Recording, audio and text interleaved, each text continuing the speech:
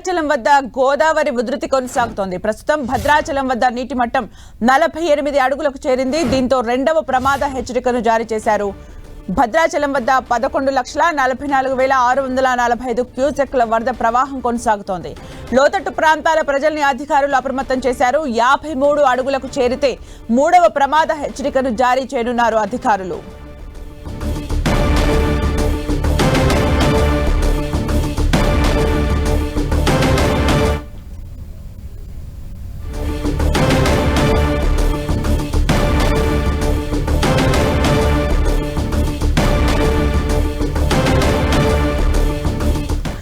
ప్రస్తుతం అక్కడ మంత్రి పొంగులేటి పర్యటిస్తూ ఉన్నారు. లైవ్ లో చూద్దాం.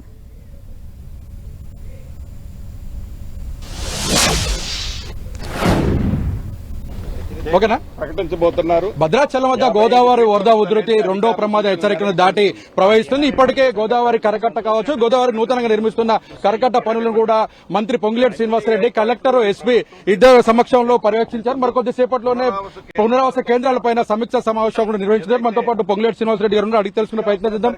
మొత్తంగా భద్రాచలంలో ఎంత ప్రమాదం వచ్చినా ఇబ్బంది లేకుండా ఉండేందుకు పునరావాస కేంద్రాలు కావచ్చు అన్ని ఏర్పాట్లు కూడా చేస్తున్నామని కూడా మంత్రి చెప్తున్న పరిస్థితి ఉంది. ఓవరాల్ గా చూసుకున్నట్లయితే ఇప్పటికీ రాత్రి లోపు మొత్తం మూడో ప్రమాద హెచ్చరికలు కూడా జారీ చేస్తామని కూడా అధికారులు కూడా చెప్తున్న పరిస్థితి అవుతుంది.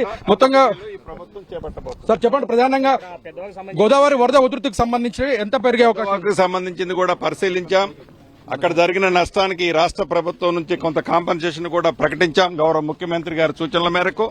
అదే రకంగా అక్కడ జరిగిన పొరపాట్లు ఎవరైతే అధికారులు ఉన్నారో వారికి సంబంధించింది కూడా రిపోర్ట్ తీసుకొని తప్పకుండా వారి మీద కూడా చర్యలు తీసుకోబోతాం. పునరావాస కేంద్రాలకు సంబంధించి ఎలాంటి ఏర్పాటు చేశారు? ఆల్రెడీ పునరావాస కేంద్రాల్లో రెండో హెచ్చరిక జారీ చేసిన తర్వాత మూడో హెచ్చరిక కూడా ఈ నైట్ కల్లా రాబోతుంది. పునరావాస కేంద్రాలు ఆల్రెడీ రెడీ చేశాం. అన్ని వసతులతో గతంలో లాగా ఏదో భోజనం పెట్టాలి అని పెట్టకుండా ఇది ఈ ప్రభుత్వం యొక్క బాధ్యతగా అన్ని వసతులతో భోజనాలు ఏర్పాటు చేస్తున్నాం. ప్రజలకు అసౌకర్యం కలగకుండా ఉండే విధంగా నిత్యావసర సరుకులతో పాటు ప్రతి ఒక్క వస్తువు బ్లాక్ మార్కెట్ కాకుండా సామాన్య ప్రజానీకానికి అందుబాటులో ఉండే విధంగా ఆ ఏర్పాట్లు కూడా చేపట్టడం జరిగింది. ఎంత వస్తుంది అనుకుంటున్నారు ఫ్రెండ్? ఇప్పుడున్న ఇన్ఫర్మేషన్ మేర ప్రకారం అయితే 55 నుంచి 55.5 ఫీట్ల వరకు వచ్చే అవకాశం అనిపిస్తుంది. పెద్దవాగు ప్రాజెక్టు వల్ల పెద్ద ఆస్తి నష్టం జరిగింది. ఇప్పటికే మీరు మీ ట్రస్ట్ పేరుతో కూడా సహకారం అందించిన పరిస్థితి. దీనికి సంబంధించి ప్రభుత్వం నుంచి ఎలాంటి నివేదికలు తీసుకుంటున్నారు? ఆల్రెడీ డ్యామేజ్ జరిగిన దాని మీద ఇంజనీరింగ్ సెక్టర్ లో ఎక్కడ పొరపాటు జరిగిందో ఆల్రెడీ నివేదిక ఆదేశించాం. ఆ రిపోర్టులు కూడా వస్తున్నాయి.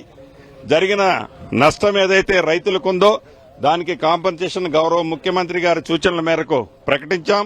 నిన్న మా వ్యవసాయ శాఖ మంత్రి వర్యులు తుమ్మల నాగేశ్వరరావు గారు కూడా ఆ ప్రాంతంపై పర్యటించారు. అందరం అనుకునే ఇప్పుడు అక్కడ కావాల్సినవన్నీ ఏర్పాట్లు చేసి ఇప్పుడే వచ్చాం.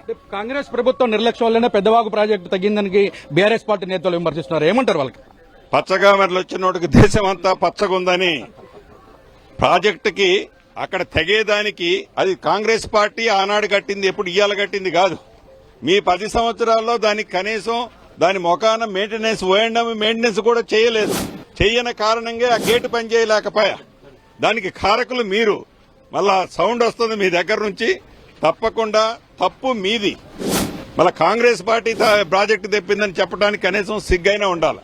చూడొచ్చు, మొత్తంగా చూసుకున్నట్లయితే గోదావరికి సంబంధించి 55 అడుగులు వచ్చినప్పుడు కూడా ఎటువంటి ఇబ్బంది కలగదని కూడా చెప్తున్నారు. 55 అడుగులు దాటే అవకాశం ఉందని కూడా పొంగులేటి శ్రీనివాసరెడ్డి గారు చెప్తున్న పరిస్థితి ఉంది. ఓవరాల్ గా చూసుకున్నట్లయితే అన్ని ఏర్పాట్లు కూడా చేశాం. ఎక్కడ ఎలాంటి ఇబ్బంది కలగకుండా ఉండేందుకు ముందస్తు కూడా చర్యలు తీసుకుంటున్నామని కూడా పొంగులేటి చెప్తున్నారు. ఇప్పటికే దానికి పొద్దవాగు ప్రాజెక్టుకు సంబంధించి కారకులైనటువంటి అధికారులు, ఇంజనీర్లు ఎవరైతే ఉన్నారో వారిపైన నోటీసులు కూడా జారీ చేశాం. కావాలనే బీఆర్ఎస్ పార్టీ నేతలు విమర్శలు చేస్తున్నారు.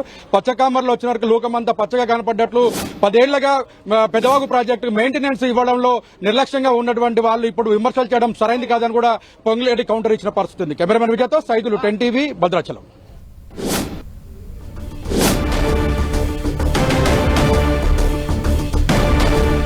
రైట్. గోదావరి ఉధృతి పెరుగుతూ ఉంది. అయితే సాయంత్రం వరకు అంటే రాత్రి వరకు 55.5 అడుగుల మేర రావచ్చు అంటూ కూడా మంత్రి చెప్పడం జరిగింది. ఇప్పటికే 2వ ప్రమాద హెచ్చరిక జారీ చేశారు. రాత్రి వరకు 3వ ప్రమాద హెచ్చరిక కూడా జారీ చేయబోతున్నట్టుగా చెప్పారు. పునరావాస కేంద్రాలకు లోతట్టు ప్రాంత ప్రజల్ని తరలించి ఏదో నామమాత్రంగా కాకుండా వాళ్ళకి అన్ని సౌకర్యాలు కూడా కల్పిస్తామంటూ కూడా మంత్రి పొంగులేటి శ్రీనివాసరెడ్డి చెప్పడం జరిగింది.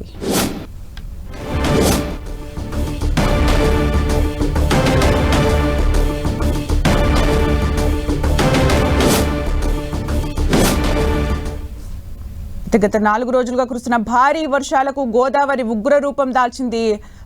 లోతట్టు ప్రాంతాలు కూడా జలమయమైన పరిస్థితిని మనం చూసాం. మనం విజువల్స్ లో చూడొచ్చు గోదావరి ఉగ్ర రూపాన్ని. భద్రాచలం దగ్గర గోదావరి ఉగ్ర రూపం కనిపిస్తోంది. అయితే సాయంత్రం అంటే నైట్ వరకు కూడా 55 అడుగుల మేర కూడా వచ్చే అవకాశం కనిపిస్తోంది. అయితే ఇప్పటికే 2వ ప్రమాద హెచ్చరిక జారీ చేశారు. 3వ ప్రమాద హెచ్చరిక కూడా జారీ చేసే అవకాశం ఉన్నట్టుగా తెలుస్తోంది. లోతట్టు ప్రాంత ప్రజల్ని పునరావాస కేంద్రాలకు తరలించే ప్రయత్నం కూడా చేస్తూ ఉన్నారు అధికారులు.